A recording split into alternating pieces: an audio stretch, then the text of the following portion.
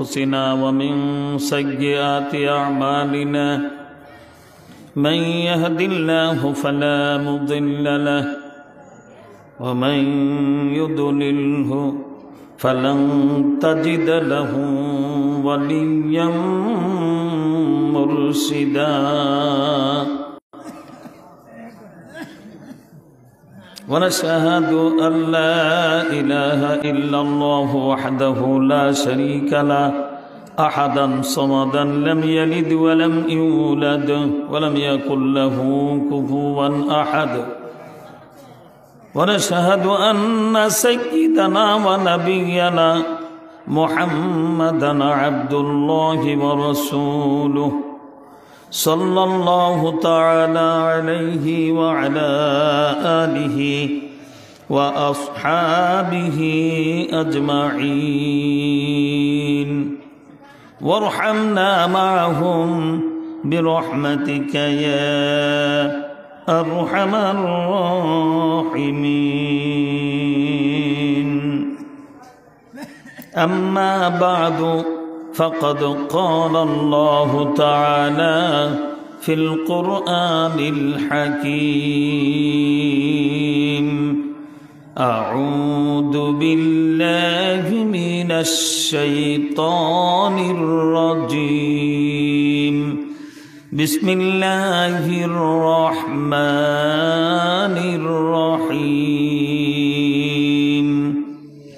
تبت يدا أبي لهب وتب ما أغنى عنه ماله وما كسب سيصلى نارا ذات لهب وامرأته حمالة الحطب في جيدها حبل من مسد صدق الله العظيم وقد جاء في الحديث قال رسول الله صلى الله عليه وسلم ثلاثة حرم الله عليهم الجنة مدمن الخمر والعاق والديوث أو كما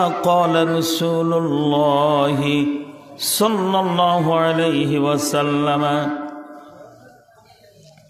শেখপাড়া তালুকদার বাড়ি জামা মসজিদের উন্নতি কল্প আয়োজিত আজকের এই পঞ্চম বার্ষিকী ইসলামী মহাসম্মেলনের সম্মানিত সভাপতি, সম্মানিত উদ্বোধক, সহসভাপতি, প্রধান অতিথি, বিশেষ অতিথিবৃন্দ, হাজিরিন মুআজ্জাজ উলামায়ে কেরাম, মসজিদ পরিচালনা পর্ষদের সভাপতি সম্পাদক সহ সম্মানিত সকল সদস্য মহোদয়গণ, ঐতিহ্যবাহী অত্র মাদ্রাসার সুপার সাহেব, আমার পাশে বসা সহসভাপতি মাওলানা মোহাম্মদ নাজমুল হুদা ভাই, আমার বন্ধুবর, আল্লাহ তাআলা তাকে হায়াতে তয়্যিবা দান করেন। মসজিদের সম্মানিত ইমাম সাহেব, খতিব সাহেব সহ আমার সামনে উপবিষ্ট দিনদার মুসলমান ভাইরা, পর্দার অন্তরালে শ্রদ্ধেয়া মা ও বোনেরা, আল্লাহর দরবারে শুকর আদায় করি যে আল্লাহ তাআলা আজকে আল্লাহর ঘর মসজিদকে উপলক্ষ করে আমাদেরকে এখানে দ্বীনের কিছু কথা বলার জন্য, শোনার জন্য সুযোগ করে দিয়েছেন। এজন্য আমরা খুশি না বাজার? জোরে সুরে বলি আলহামদুলিল্লাহ। বা একটা প্রবাদ ছিল এমন, কাগজ কালি মন লেখে তিনজন। কয়জনে লেখে? কাগজ কালি মন, কাগজ কালি মন লেখে তিনজন। তিনটের একটা যদি অনুপস্থিত থাকে লেখা হবো? কাগজ আছে, কলমে কালিও আছে, কিন্তু মনে লিখতে চাইতেছে না, লেখা হবো? মনেও চাইতেছে, কাগজও আছে, কলমে কালি নাই, লেখা হবো? মনও আছে, কলমে কালি আছে, কাগজ নাই, লেখা হইব? সব জিনিসের তো একটা পরিবেশ লাগে ভাই। আমার পৌরসভাকে মসজিদে যারা নামাজ পড়ছেন তারা দেখছেন ফজর নামাজে মুসল্লি আর সে 5 গুণ হয়। আপনার দেশে কোন নামাজের মুসল্লি সবচেয়ে বেশি হয়? জুমার নামাজে। আর সবচেয়ে কম মুসল্লি কোন নামাজে? ফজর নামাজে।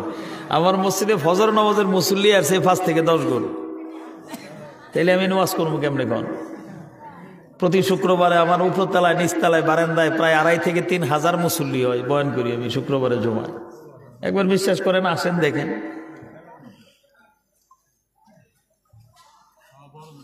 এই জন্য খুব দুঃখ লাগে, এই এলাকায় তো হিন্দু নাই। হিন্দু আছে হুজুর? এই গ্রামে? এই গ্রামে হিন্দু নেই। এই গ্রামে হিন্দু নাই, সব মুসলমান শেখ। তারপরেও সবারই অবস্থা। এরা কি কেউ হাসপাতালে আছে না সবাই বাড়িতেই আছে? তাহলে তো আসার কথা। আল্লাহ তাআলা আমাদের হেদায়েত করে। জোরে বলি আমিন। তারপরেও আমরা যারা আসছি আমরা কিন্তু ঠকি নাই, মন খারাপ করার কিছু নাই। কি বলেন?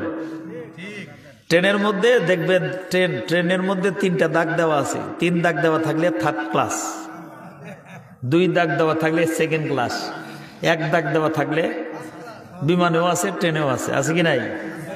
আপনারা হিসাব করে কোন তো যাত্রী বেশি কোন শ্রেণীতে? যাত্রী বেশি 3য় শ্রেণীতে, 3rd ক্লাসে। যাত্রী বেশি কোন শ্রেণীতে? 3 নাম্বারটাতে। আর আরাম বেশি কোন শ্রেণীতে? আরো জোরে কর।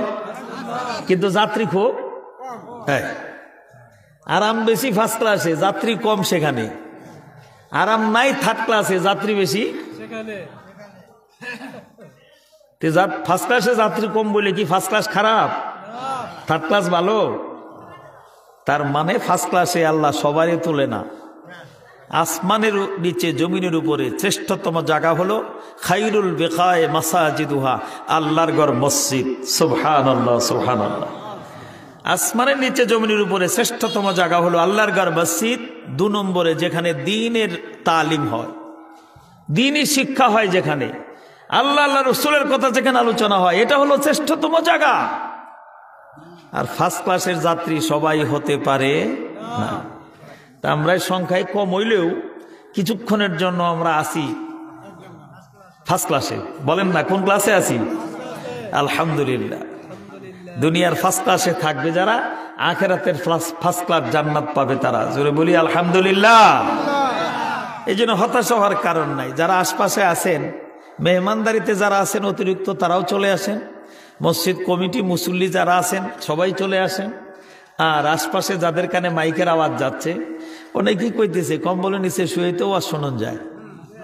হে বিড়িও খাইতেছে, পানও খাইতেছে, বাবির সাথে গপ্পও করতেছে, ওয়াজও শুনতেছে। একসাথে কয় কাম শুরু করছে। ওই দুদাল বান্দা কলমা সুর না পাই বেহেস্ত না পাই গো। ওর ওয়াজও শোনা হবো না, আরাম হবো না, কিছুই হবো না। সমস্যা আরেকটা, ওয়াজ তো বাড়ি বসে শুনলে চলবে না। আরে মুরগির ডিমে বাচ্চা হয় সেইটা, যেটা মুরগির যেই ডিমটা মুরগির পাখের নিচে থাকে, পাখের বাইরে যেটা থাকে, এটা কি কয়? বাচ্চা দেয়। আজকে যারা বাড়ির থেকে ওয়াজ শুনবো তারা কি? আরো জোরে কর, পচা ডিম। আল্লাহ তাআলা তাদেরকে হেদায়েত করে মাহফিলে আনে। জোরে কোন আমিন। সম্মানিত দিনী ভাইরা আমার, কথা লম্বা চড়া হবে না, আরো বক্তা আছে। এই জন্য আমি সংক্ষিপ্ত টাইম আপনাদের সামনে কিছু কথা বলে বিদায় নিব। ছোট্ট একটা সূরা বলছি, যে সূরাটা নামাজ যারা পড়ে সবাই জানে, তাব্বাত, সূরা লাহাব বলে। সূরা লাহাব 2 নম্বর একটা ছোট্ট হাদিস পড়ছি। এই হাদিসটার ব্যাখ্যা দিয়েই আমি আমার তাফসীরে চলে যাব ইনশাআল্লাহ। আল্লাহ রাসূল বলেন 3 শ্রেণী মানুষের জন্য বেহেশত হারাম। বলেন বলেন, 3 শ্রেণী মানুষের জন্য বেহেশত কি? বেহেশত যদি হারাম হয় তাহলে হেরা যাব কই? জোরে কর, এটা কি কওয়া লাগে? 3 শ্রেণী মানুষের জন্য বেহেশত হারাম। ওই 3 শ্রেণীর মধ্যে আপনার আমার নাম আছে কিনা খুঁজে বাইর করানো লাগবে। যদি না থাকে বালা, তাহলে আমার জন্য বেহেশতের দরজা খোলাই আছে। যদি থাকে তাহলে নামটা কাটান লাগবে। কথা কোন ঠিক নেবে? ঠিক। ওয়াজ চলবো না, কিছু গপ্প করবো। কি সেটা? 3 শ্রেণী মানুষের জন্য বেহেশত হারাম। তার প্রথম শ্রেণী হলো মুদমিনুল খামরে, মদখুর, নেশাখুর, ইয়াবাখুর, গাঞ্জাখুর, ডাইলখুর। এদের জন্য জান্নাত কি, বেহেশত কি, হারাম। আমাদের সমাজে তার কেউ নেশা করে না। আপনার এলাকায় এই পাহাড়ের মধ্যে নাই, জামালপুরে আছে, গেট পাড়ের আশপাশে এন আছে। আপনার গ্রামে তো নাই। গাঞ্জাখুর আছে, একই তো কথা। নেশাখুর, নেশাখুরের মধ্যে সব। আল্লাহ তাআলা এই নেশাকে, মদকে হারাম করেছেন। মদ খাওয়া কি, হুররিমাত আলাইকুমুল খামরু, এক নাম্বার হারাম বস্তুর ভিতরে একটা হলো নেশা করা কি হারাম, মদ খাওয়া কি। কেন হারাম করছে? খামার শব্দের অর্থ হলো ঢেকে দেওয়া। খামার শব্দের অর্থ কি, ঢেকে দেওয়া। কেন এটার নাম খমর হইলো, মদের নাম খমরকে? এই জন্য যে ও মানুষের বিবেককে ডাইকে দেয়। মানুষের বিবেকের কি করে দেয়, ডাইকে দেয়। ডাইল খেয়ে রাস্তা দিয়ে চলতেছে, এই হেলতে দুলতে যায়, গাছের মধ্যে বাইজে বাইরে কয়, এই গাছ তুই রাস্তার মধ্যে আইসর কে? কি গাছ কি রাস্তার মধ্যে আইছে না ও যায় গাছে বাচ্ছে? তাহলে এটা কাজ করতেছে, বিবেকের ডাইকে দিছে যে জিনিসটা, এটার নাম খমর, এটার নাম মদ। হারাম কেন? সারা রাত মদ খায় উল্টা পাল্টা কইরা শেষ ছাত্রীতে ঘরের দরজায় ডাক দেয়, মা গো দরজা খুলো। কারে কয়? জোরে কন, কারে কয়? তাহলে ঠিক আছে, মেয়ের সাথে বউর আচরণ করতে চায়, বউর সাথে মায়ের আচরণ করতে চায়। যেই জিনিস খাইলে এইটা আল্লাহ হারাম করেছেন, সর্বাবস্থায় হারাম। এই মদ খাবে যারা, জাহান্নাম, বেহেশত তাদের জন্য হারাম, জাহান্নাম তাদের জন্য ওয়াজিব। এবার আপনাদের কাছে, হুজুর আমরা তো খাই না, আলহামদুলিল্লাহ, মদ যারা খায় তারা কেউ এনে আসে নাই, এনাই ঠকবো না। হ্যাঁ, ভালো কথা কইছে, এনাইলে মদ খাবার দিয়ে লাগবে যে এনাই ঠকবো না। আমি আপনাদের কাছে কথাটা বললাম এই জন্যে, আমাদের সন্তান আজকে যারা স্কুলে কলেজে পড়ে তারাও অনেকেই নেশা করে। নাউজুবিল্লাহ কর। আপনি জানেন না আপনার ছেলে ইয়াবা খায় কিনা, আপনার ছেলে গাঞ্জা খায় কিনা। গ্রামে গঞ্জে ছড়াই পড়ছে আজকে মাদক নেশার উপাদানগুলো, মেডিসিনগুলো আজকে ছড়াই পড়ছে গ্রামে গঞ্জে। এই জন্য আপনাকে সচেতন হতে হবে সামাজিকভাবে। আমাদের সমাজে কেউ যেন মদখোর, ডাইলখোর, গাঞ্জাখোর হইতে। আপনার ছেলেটা কোথায় যায় খোঁজ নেবেন? রাতের 3টা পর্যন্ত বাইরে থাকে, রাতের 1টা পর্যন্ত ঘোরাফেরা করে, ঘরে আসে না, কই থাকে? আপনি খোঁজ নেন না কেন? কোন ছেলের সঙ্গে বন্ধুত্ব করে, কার সাথে আড্ডা দেয়, কার হুন্ডার পিছে করে, ওটি কি ডাইলখোর, মদখোর? তাইলে আপনার ছেলে তার সাথে মিশতে দিবেন না। আপনার সোনার ছেলে নষ্ট হয়ে যাবে কেমনে? যত ভালো ছেলে থাক, 10 বন্ধু একসাথে ঘুরে, 9টায় গাঞ্জা খায়, 1টাই খায় না, ওইটাতে ধরবো একদিন। এই খালি আমরাই কিনে, ও কিনে না, খায় না, ওর শিখান লাগবে, তাহলে ও মাঝে মাঝে কিনে আম করে খাওয়াবো। তাহলে চল আজকে যাই। সিগারেট কিনছে একটা 5555 ব্যানসন। কি কিনছে? ব্যানসন কিনে ওর মধ্যে গাঞ্জা পড়ছে। গাঞ্জা বই আজকে কয়, দোস্ত এটা টান দিলি যে কি সুখ টান লাগে রে, তুই জীবনে না খাইলে আর কইতাম না, আজকে খালি এটা টান দি বাস। ইয়া বাজারা খায়, তারা কয় হুজুর একবার খাইলে আর জীবনে এটা ছাড়তে রাজি না, জীবন দিতে রাজি। হিরোইন যারা খায়, একবার খাইলে আর ছাড়তে পারে না, তাকে জাহান্নামে নিয়েই ছাড়ে। ওই যে আপনার সোনার ছেলে একটা টান দিল তো কাম হয়ে গেল।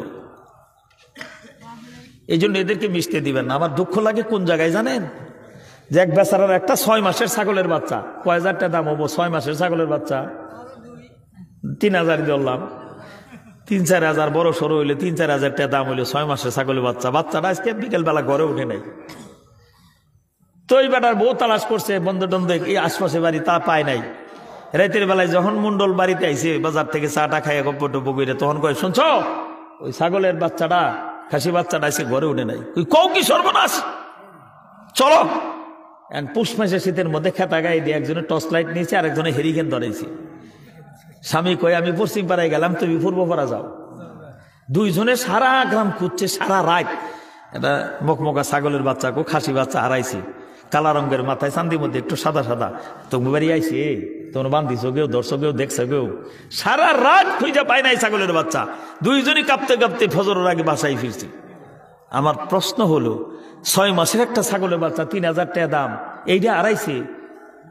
আপনি সারা রাত স্বামী স্ত্রী মিলে সারা গ্রাম খুঁজলেন, আর আপনার আদরের কলিজার টুকরা ছেলেটা রাইতের 3টা পর্যন্ত কোথায় কাটায়, কোন মেয়ের বাড়িতে যায়, কোন গাড়ির বাড়িতে যায়, কার সাথে প্রিজিং করে, কোন মদখুরের সঙ্গে ঘুরে, কোন গাঁজাখুরের সঙ্গে ঘুরে, আপনি খোঁজ নিলেন না? আপনার ছেলের দাম কি 6 মাসের ছাগলের বাচ্চার চেয়েও কম? It is my question, my dear friend, my dear brother and friend.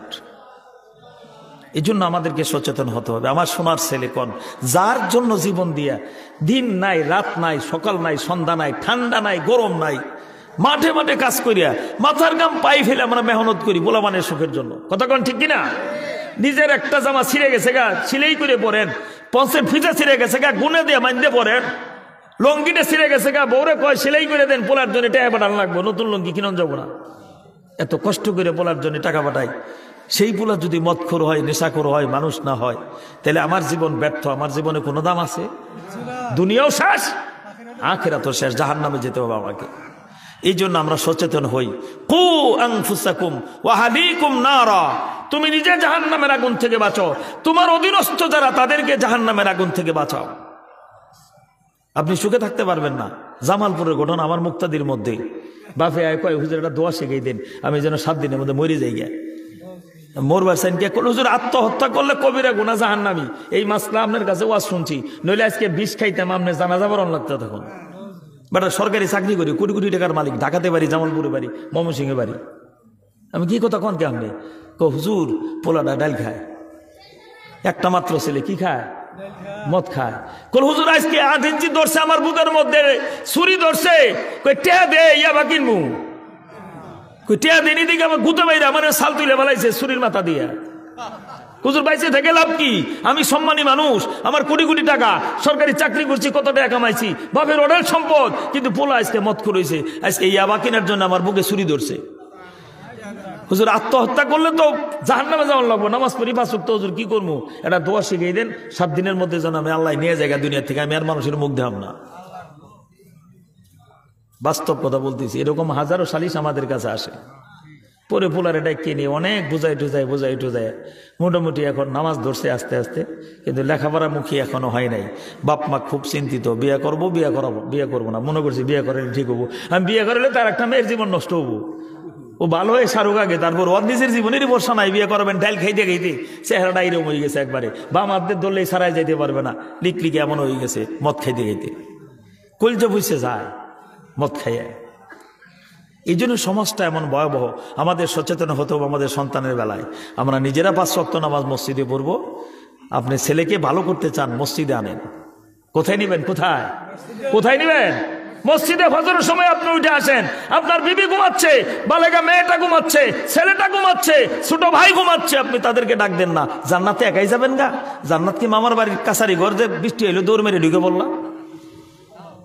খু আনফুসাকুম ওয়া আহলিকুম নারা ওয়া'মুর আহলাকা বিস-সালাত ওয়াসতাবির আলাইহা। তোমার পরিবার পরিজন অধীনস্থ যারা, তাদেরকে নামাজের নির্দেশ দাও, তাকিদ দাও। 10 বছর হইছে নামাজ পড়ে না, পিটাও, তাদেরকে নামাজ পড়াও। তুমি নামাজ পড়ো, তাইলে জান্নাতে যেতে পারবা, জাহান্নাম থেকে বাঁচবা। আপনি তাহাজ্জুদ পড়েন, 10 পারা কোরআন শরীফ পড়েন, তসবিহ পড়েন, সব ঠিক আছে, কিন্তু ফুলা নামাজ পড়ে না। আপনার স্ত্রী নামাজ পড়ে না, বেনামাজি রাতে খাইতেছেন, বেনামাজির নিয়ে ঘুমাইতেছেন।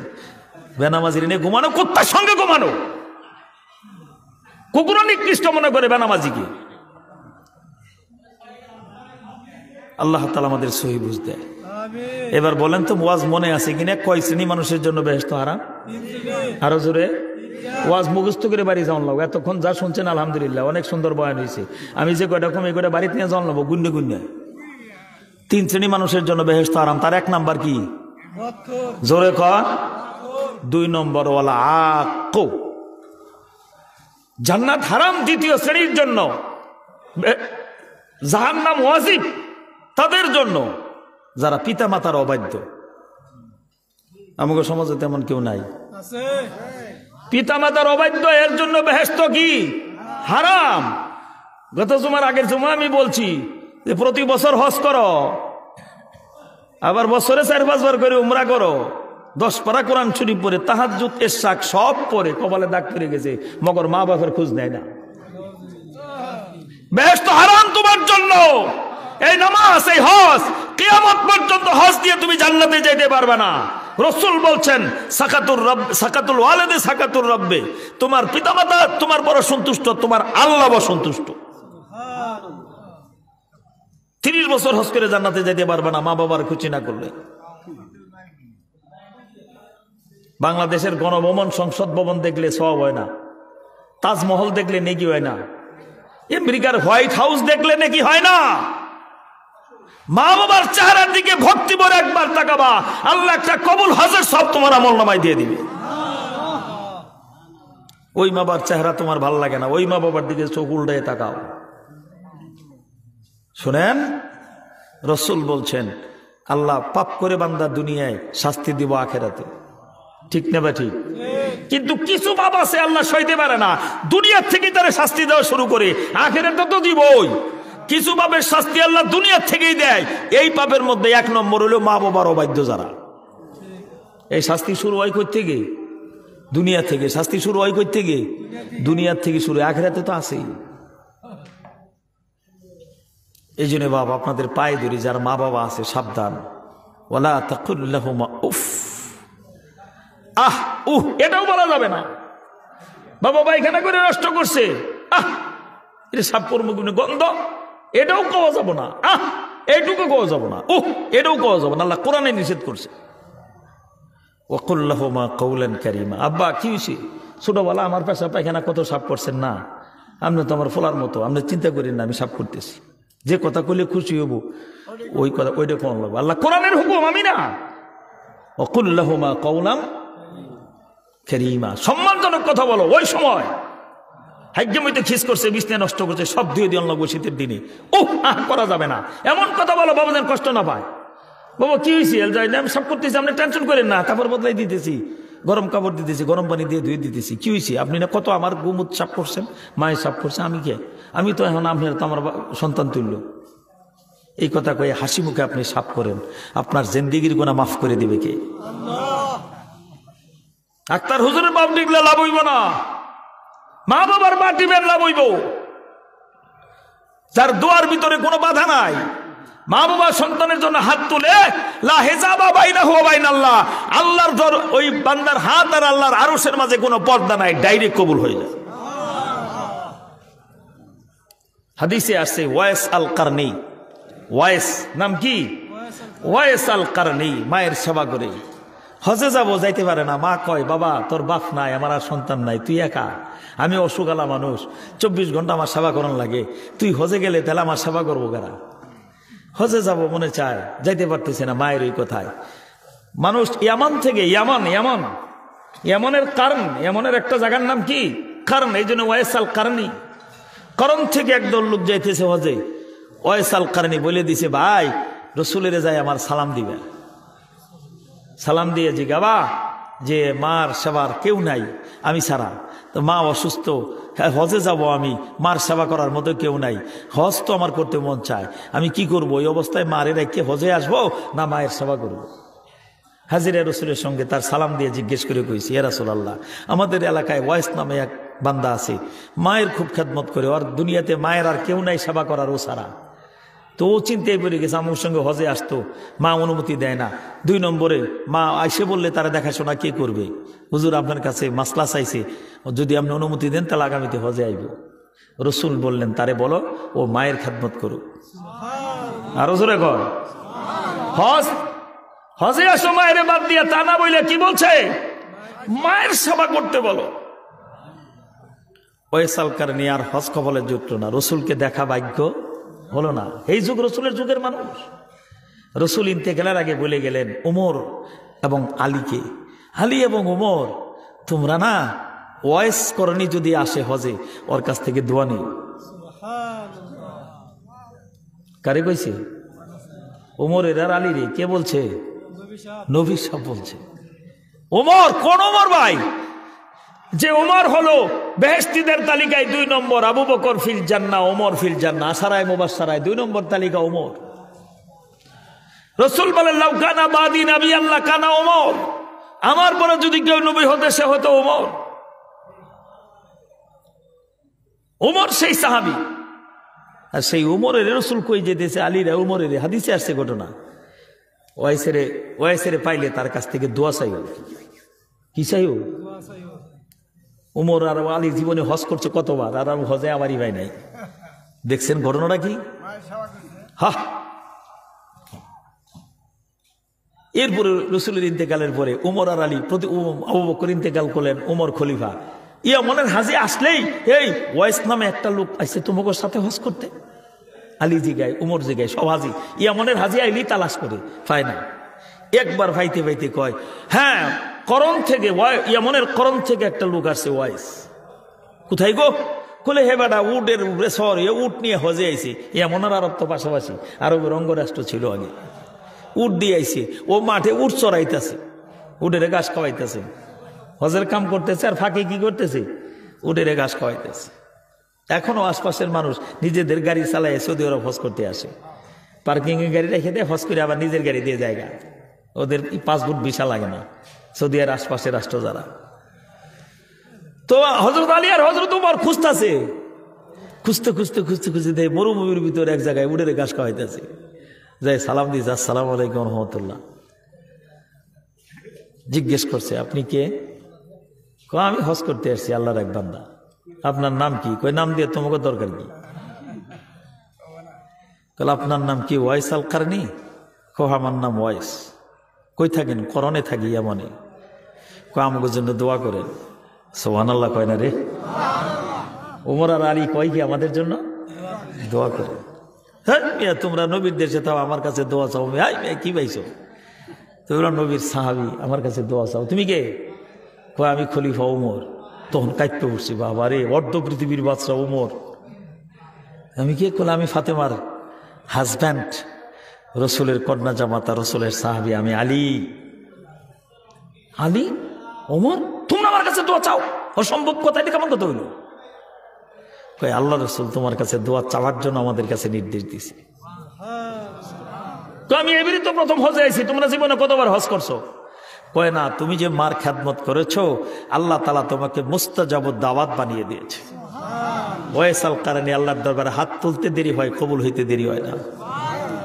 এই জন্য রসুল বলছে আমাদেরকে তোমার কাছে দোয়া চাইতে। মা বাবার খেদমত কোন জিনিস ভাই? রসুলের সাহাবি, তাদেরকেও দোয়া চাইতে বলছে। ওই লোকটার, যে লোক সাহাবি না, রসুলকে দেখে নাই, রসুলকে চর্মচক্ষে ইমানের সাথে দেখছে, ইমান নিয়ে কবর গেছে, এ সাহাবি ওয়াইস করে নাকি রসুলের এই চোখ দিয়ে দেখতে পারছে? তারপরেও তার মর্যাদা এত। এই জন্য আজকে এই শেখপাড়ার ভাইদের পায়ে ধরে বলবো, সাবধান, এই ভুলটা করবেন না। আল্লাহ উন্নতির চাক্কা ঘুরেই দিবে, এমন অসুখ দিব আপনাদের, দুনিয়ার কোনো চিকিৎসক ভালো করতে পারবে না। উন্নতির চাক্কা উল্টাই দিবে আল্লাহ, জীবনে শান্তি পাবেন না, মা বাবার মনে কষ্ট দিয়ে। এই জন্য আমরা আজ থেকে তওবা করি, মা বাবার মনে কেউ কষ্ট দিব। জাহান্নামের তালিকা থেকে নাম কাটান লাগবো, বেহেশত হারাম ওই তালিকা থেকে নাম কাটান লাগবো, বেহেশতে যেমন যাবো ওই তালিকায় নাম লেখন লাগবো। জোরে বলি আমিন। রসুল বলেন সালাসাতুন হারামাল্লাহু আলাইহিমুল জান্নাহ, তিন শ্রেণী মানুষের জন্য বেহেশত হারাম। প্রথম শ্রেণী হলো নেশাখোর, দ্বিতীয় শ্রেণী হলো পিতামাতার অবাধ্য, তৃতীয় শ্রেণী হলো দায়ুস। তৃতীয় শ্রেণী কি? আরো জোরে, হ্যাঁ মুখস্থ করা লাগবে। দায়ুস, দায়ুস কারে কয়? যে মেয়েটা পর্দায় থাকে না তারে কি কয়? আরো কিছু জানেন না? এইটুকি জানেন।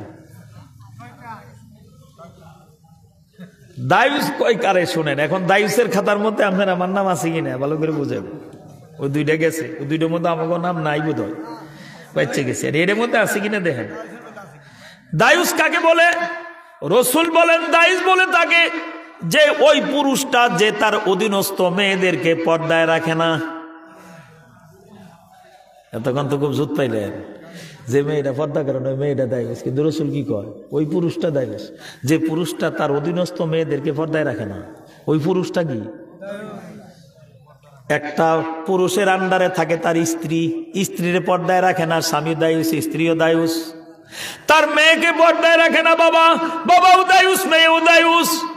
ছোট বোন পালে বড় ভাই, তাকে পর্দায় রাখে না, ভাইও দায়ুস, বোনও দায়ুস। মা থাকে ছেলের আন্ডারে, মাকে ছেলে পর্দায় থাকতে দেয় না। ও মা, আমি একটু তুলসীপুর বাজারে গেলাম, গরুটা নিয়ে মাঠে বাঁধতে দিও, আছে কি নেবো ফোলা? তাহলে মায়ের গরু নিয়ে ফাটাইলো, ফুলাই পর্দায় থাকতে দিল। ওই যে ওই বাড়ি আধা মন ধান পাই মা, তুমি নিয়ে এসেছেন দেখি, গরুর সাইডে ঘাস দিও, আছে কি নেই এমন ফোলা? তাহলে যেই ব্যক্তি তার মাকে, তার বোনকে, তার স্ত্রীকে, তার সন্তানকে, অর্থাৎ তার অধীনস্থ নারীদেরকে, পুত্রবধূকে, অধীনস্থ নারীদেরকে পর্দায় রাখে না, ওই পুরুষটা দায়ুস। রাসূল বলেন আদ-দায়ুসু লা ইয়াদখুলুল জান্নাহ, জান্নাতের গেটে লেখা থাকবে নো অ্যাডমিশন ফর দায়ুস, দায়ুসের জন্য জান্নাতে প্রবেশ নিষিদ্ধ। দায়ুসের জন্য জান্নাতে প্রবেশ কি নিষিদ্ধ লেখা থাকবে, আপনি জান্নাতে যেতে পারবেন না। লা ইয়াজিদু রিহাল জান্নাহ, হাদিসের ব্যাখ্যায় আসছে জান্নাতের গেট যেখানে, তার 500 বছর রাস্তা, এখনো যাইতে লাগবে 500 বছর, এত দূরে থেকে জান্নাতের সুঘ্রাণ পাওয়া যাবে। ওই সুঘ্রাণ দেখে দেখে মানুষ আগাবে, যত কাছে যাবে তত সুঘ্রাণ, যত কাছে যাবে ওই সুঘ্রাণ দেখে দেখে মানুষ জান্নাতের গেটে যায়, জান্নাতে ঢুকবো। 500 বছর আগে থেকে সুঘ্রাণ। কই দায়ুস এমন পাপী, যদিও হজ করছে 10 বার, যদিও আপনার বহুত বড় আমল করে নেককার, কিন্তু বেহেশতের গন্ধ পাবে না 500 বছর দূরত্ব থেকেও। বেহেশত তো দূরের কথা, গন্ধও পাবে না, তার জন্য বেহেশত হারাম। ওই তালিকায় তার নাম লেখা জান্নাতের গেটে, আদ-দায়ুসু লা ইয়াদখুলুল জান্নাহ। এখন আমাদের মা বোনদেরকে পর্দায় রাখতেই হবে। হাজার নামাজ পড়ে চিল্লে দিয়া কবরে যাইতে পারবেন, জান্নাতে যাইতে পারবেন না। এবার মুখস্থ হয়েছে হাদিসটা, কয় শ্রেণীর জন্য বেহেশত হারাম? আরো জোরে। 1 নম্বরে মদখুর, 2 নম্বরে পিতামাতার অবাধ্য, 3 নম্বরে ওয়াজ 3 রেখার মধ্যে রেখে যাবেন না বাইত নিয়ে যাবেন? সবাই রাজি আছেন তো? রাসূল বলেন ওয়ান আব্দুল্লাহ ইবনে সালাম রাদিয়াল্লাহু তাআলা আনহু قال আফশুস সালাম ওয়া তু'ইমুত তা'আম ওয়াসিলুল আরহাম ওয়াসাল্লু বিল লাইলি ওয়ান নাসু নিয়াম তাদখুলুল জান্নাতা বিসালাম। আমার নবী বলেন 4 কাম করো, তোমরা শান্তিতে, নিরাপদে, আরামে, আয়েসে, নির্বিঘ্নে, নির্ভেজালে জান্নাতে চলে যাবে। কয় কাম? জোরে কর না, আরো জোরে।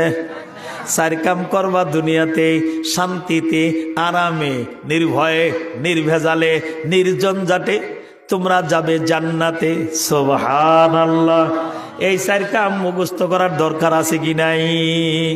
রাসূল বলেন 1 নাম্বার কাম আফশুস সালাম, নিশ্চিন্তে নিরাপদে জান্নাতে যাবে। 4 কামের প্রথম কাম হলো বেশি বেশি সালাম দাও। সালামের প্রচলন বেশি করো। কিসের প্রচলন? আরো জোরে গণ। মুসলমান দেখা হলে প্রথম হলো সালাম। আসসালামু কাবলাল কালাম, সালাম দিয়ে সব কাম শুরু হইব। অনেক বক্তাও দেখি মঞ্চে উঠে কয় আলহামদুলিল্লাহ রাব্বিল আলামিন কইতেছে। সম্মানিত সভাপতি সাহেব, অমুক সাহেব, তমুক সাহেব, ছোট সাহেব, বড় সাহেব, সব সাহেবের কথা কইছে। আমি আপনাদের সকলকে সালাম দিচ্ছি, আমার সালাম গ্রহণ করুন। আসসালামু আলাইকুম। আছে কি নাই? সুন্নত নাই, রে খেলাফ বেদাত। সুন্নত হলেও শুরু হবো সালাম দিয়া, কাম শুরু হবো কি দিয়া? চাচা কেমন আছেন? আসসালামু আলাইকুম না, আসসালামু আলাইকুম। চাচা কেমন আছেন? খালুজান ভালো আছেন গো? আসসালামু আলাইকুম না, আসসালামু আলাইকুম। খালুজান কেমন আছেন? আগে সালাম। কি সুন্নত শিখছি আমরা? সালামের প্রচলন বেশি বেশি করো, বেশি বেশি সালাম দাও, জান্নাতে নিরাপদে শান্তিতে যাবে। 4 আমলের 1 আমল বেশি বেশি সালাম দাও। সালামের প্রচলন বেশি করো। সালাম আগে দিবা, খালি নেওয়ার জন্য ভুলে থেকো না। আমি প্রিন্সিপাল, আমারে সবাই সালাম দিব। আমি মুফাসসির, আমারে সবাই সালাম দিত। আমি দলের সভাপতি, আমারে সবাই সালাম দিত। আমি চেয়ারম্যান, আমারে সবাই সালাম দিত। আমি ওয়ার্ডের মেম্বার, আমারে সবাই সালাম দিত। এই এলাকার বড় ধনী আমি, আমারে সবাই সালাম দিত। আমি দিতাম গিল্লাই। তোমার মতো অহংকারী আল্লাহর জমিনে নাই, ঠিক না ঠিক? নবীর উম্মত বেশি বেশি সালাম দাও। সালাম আগে দিবা, জান্নাতে আগে যাবা। তুমি যারে সালাম দিলা তার চেয়ে তুমি জান্নাতে আগে যাবে। সালাম আগে দিবে যে জান্নাতে আগে যাবে সে। সালাম আগে দিবে যে গ্রহীতার চেয়ে ডবল নেকি পাবে সে। সালাম আগে দিলে অহংকার দূরীভূত হয়, সালাম আগে দিলে শত্রু বন্ধুতে রূপান্তরিত হয়। আপনার দুশ্মন আপনার সুযোগ পেলে মেরে আলবো, আপনি দেওয়া হইলে খেলে সালাম দিবেন সুন্দর করিয়া, না তো শত্রুতা বাড়বো। সুন্দর করিয়া আসসালামু আলাইকুম ওয়া রাহমাতুল্লাহি ওয়া বারাকাতুহু, কমপক্ষে আসসালামু আলাইকুম সুন্দর করে সালাম দিবেন। শত্রু বন্ধু বানাই দিবে কে? আমার ভাইরা, এই জন্য সালামের প্রচলন বেশি বেশি করব। ও মুসলমান, সালাম হলো মুসলমানের তিনটা দোয়া। কয়টা দোয়া? আরো জোরে। কোনদিন শুনেন না? আজকে শিখে যান।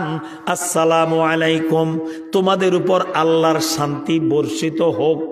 আমি যারা সালাম দিলাম তার অর্থ হলো তোমাদের উপর আল্লাহর শান্তি বর্ষিত হোক, ও রহমাতুল্লাহে, আল্লাহর রহমত বর্ষিত হোক, ও বারাকাতুহু, আল্লাহর বরকত তোমার উপর বর্ষিত হোক। কয়টা দোয়া? শান্তি, রহমত, বরকত। 3 দোয়া পাইলেন। দুনিয়া আখিরাতে আর কোনো দোয়ার দরকার নাই। শান্তিও পাইছি, রহমতও পাইছি, বরকতও পাইছি, আর কিছু দরকার আসেনি? এত বড় 3টা দোয়া সালামের মধ্যে রেখে দিয়েছেন। এই সালাম আমরা দেই না, দোয়া করি না। যদিও দোয়া করি খালি হুজুর দীক্ষা, চেয়ারম্যান সাহেবরে, ডাক্তার সাহেবরে, সভাপতি সাহেবরে, প্রফেসর সাহেব আসসালামু আলাইকুম। কেন? ওদের জন্য দোয়া করি, নিজের মায়ের জন্য দোয়ার দরকার নাই, এই জন্য মায়ের সালাম দেই না। মায়ের জন্য দোয়া করবো, আমার জন্য কি করছে? বাপের জন্য দোয়ার দরকার নাই, এই জন্য বাপের সালাম দেই না। বউর জন্য দোয়ার দরকার নাই, বউরে সালাম দেই না। আমার সন্তানের জন্য দোয়ার দরকার নাই, সন্তানদের সালাম দেই না।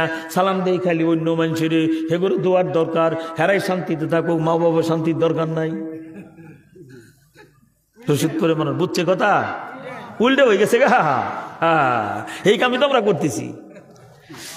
এই জন্য আমার দোয়া বাবার 1 নম্বর অধিকারিনী আমার মা। জুড়ে কোন ঠিক না বা ঠিক? 2 নম্বর আমার বাবা, 3 নম্বর আমার সন্তান, 4 নম্বর আমার স্ত্রী, 5 নম্বর আমার ভাই, 6 নম্বর আমার বোন।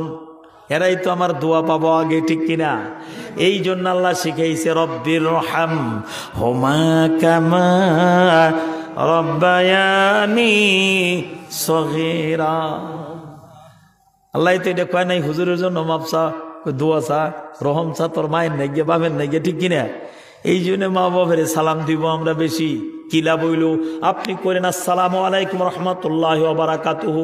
আম্মা, আপনার উপর আল্লাহ শান্তি, রহমত, বরকত বর্ষণ করুক। আব্বারে বললাম আব্বা আসসালামু আলাইকুম রহমতুল্লাহি ওয়া বারাকাতুহু। আব্বার জন্য 3টা দোয়া দিলাম শান্তি, রহমত, বরকতের। স্ত্রীরে বললাম আসসালামু আলাইকুম রহমতুল্লাহি ওয়া বারাকাতুহু। এবার বাবা আমারে কইল ওয়া আলাইকুম আসসালাম ওয়া রাহমাতুল্লাহ ওয়া বারাকাতুহু ওয়া মাগফিরাতু। আর বাড়াই দিছি, আমি দিছি 3 দিছে। কয়টা? 4টা। এবার 3টার 4টা 7টা দোয়া তো আমগো ঘরে আইলু। কথা কয় না? প্রফেসর সাহেবের দিয়েছেন, ওইটা আপনার ঘরে আহে নাই, আইছে? ডাক্তার সাহেবের দিয়েছেন, আপনার ঘরে আসে নাই। কিন্তু আপনার মায়ের দিয়েছেন, বাপের দিয়েছেন। মা আপনি মায়ের দিয়েছেন 3টা, মায়ের দিছে 4টা, বাপের দিয়েছেন 3টা, বাপের দিছে 4টা, বউর দিয়েছেন 3টা, বউ দিছে 4টা। 3টার 4টা 7টা তো আপনার ঘরে আইলু। দোয়া সবটি আপনার ঘরে আইলো। ও মুসলমান, কত ঠকা ঠকছি এতদিন। আজকে নিজেদের মধ্যে সালামের প্রচলন বেশি বেশি করব। হুজুর সালাম কারে দিব? রাসূল বলেন আলামান আরাফতা ওয়া মান লাম তারিফ। যারে চিনো আর না চিনো সবাইকে সালাম দাও। চিনলেও সালাম, হুজুর সালাম দিব, ও যে দাঁড়ি নাই মুসলমান কিনা তোমার জিজ্ঞেস করে কইছি কারা মুসলমান না হিন্দু, তোমার দরকার কি? সালামের দরকার। তুমি নাকি ভাই যাবা? হ্যাঁ, আপনি জানেন আপনার এলাকায় থাকে এই লোকটা মুসলমান না, 100% আপনি তারে চিনেন এই লোকটা মুসলমান না, তারে দিবেন না। কিন্তু আর বাকি যারে চিনেন আর না চিনেন কি দিব? আফসোস সালাম। সালামের প্রচলন বেশি বেশি করে করো, সুবহানাল্লাহ। কিন্তু এই সুন্দর 3টা দুয়ারে আমরা অভিশাপ বানাই ফেলছি। 3টা দুয়ারে কি বানাইছি? অভিশাপ বানাইছি, বদদুয়া বানাইছি। কি ভাই? আসসালামু আলাইকুম, তুই মর। হাদিস আছে না, আসসালামু আলাইকুম, তুই মর, তোর মৃত্যু হয়, তুই ধ্বংস। আসসালামু আলাইকুম, আসসালামু আলাইকুম, আসসালামু আলাইকুম, আসসালামু আলাইকুম। এগুলা সব অর্থ নেই তুই ধ্বংস, তুই মর, তোর 14 গোষ্ঠী ধ্বংস। ও বুঝে না, যদি বুঝতো তোমার গলার মধ্যে ধরতো। এই আমার মরবার কইলি কেন? ধরতেন না, ধরতেন না, বুঝলে? বুঝে না, এই জন্য ধরে নাই। এই জন্য আমরা সালাম দিব, দোয়া সুন্দর করে বলেন আমার সাথে, আসসালামু আস আস আসসালামু আসসালামু আসসালামু আলাইকুম ওয়া রাহমাতুল্লাহি ওয়া বারাকাতুহু। কমপক্ষে আসসালামু আলাইকুম। আমরা যেন সুন্দর করে সালাম দেই। বেহেশতে যাব চার আমলের দ্বারা, শান্তিতে, নিরাপদে, নির্ভেজালে, নির্ঝঞ্ঝাটে। 1 নম্বর আমল, আজ থেকে সালাম বেশি বেশি দেব, যারে সামনে পাবো তারই দিব। ছোট বড় ওই যে দেখা দেখি দরকার নেই। ওই আমার পোলার বয়স ওরা সালাম দিতাম কি লেগে। রসুল ছোট বাচ্চাদের কাছে গেছেন, তাদেরকে সালাম দিয়েছেন। হাদিস, ছোটদেরকে তুমি সালাম না দিলে ওরা শিখবে কেমনে? কতক্ষণ ঠিক কিনা? এই জন্য আজকের থেকে আমরা সালামের প্রচলন বেশি করব। রাজি আছি না নাই? 2 নম্বর রসুল বলেন অতএব খাবার খাওয়াও, বেহেশতে নিরাপদে যাবা, খাবার খাওয়াও। কি খাওয়াও? খাবার খাওয়া। আমি হাদিসের অর্থ বলছি। অতএব খাওয়াও, তোয়াম খাবার, খাবার খাওয়াও, খাবার দাও। কারে দিবে তা কইছে? খালি আক্তার হুজুরে দাওয়াত দেনে খাওয়াবা তা কইছে? খালি ইমাম সাহেবের খাওয়াবা তা কইছে? খাবার খাওয়াও। কি কইছে? খাবার খাওয়াও, খাদ্য দান করো। একজন অভাবী মানুষকে খাবার খাওয়ানো কত সওয়াব ভাই! সারাদিন রোজা রাখলে যে সওয়াব, সারা রাত তাহাজ্জুদ পড়লে যে সওয়াব, সারাদিন আল্লাহর রাস্তায় জিহাদ করলে যে সওয়াব, তার চেয়ে বেশি সওয়াব একটা ক্ষুধার্ত মানুষকে একবেলা খাবার খাওয়ানো।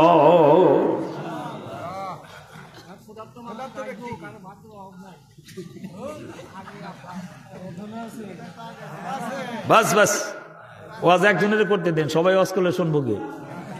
আমরা বেশি দরকার থেকে নেই, হ্যাঁ মাইক ছেড়ে দিই। কথা বুঝতে পারছেন? আপনি জানেন এমনও মানুষ আছে কুরবানি দিয়ে সময় সমাজের 250 গ্রাম গোস্ত পাইছে, রেখাইছে, 1 বছরের মধ্যে গোস্ত কিনে ভাত খাইতে পারে না।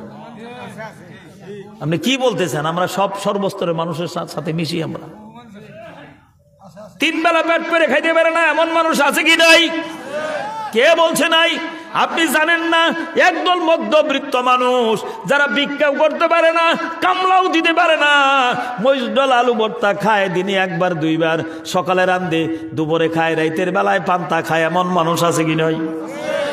তাদেরকে খাবার খাওয়াও। আক্তার হুজুর গুস্ত কিনা খাবার মতো যোগ্যতা আছে, মাসে 2 4 5 কেজি। যেই লোকটা ওই যে 1 বছর 1 টুকরা গুস্ত খাইতে পারলো না, শান্তি মতো মাছ তরকারি দিয়ে 1 বেলা ভাত 1 বছরের মধ্যে পেট পুরে খাইতে পারলো না, তারে খাওয়াও।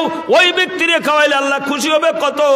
আক্তার হুজুরের মতো মুবাসসিরে খাওয়াইলে খুশি হবে যত, তার চেয়ে 5 কোটি গুণ বেশি খুশি হবে আল্লাহ ওই ব্যক্তিরে খাওয়ালে।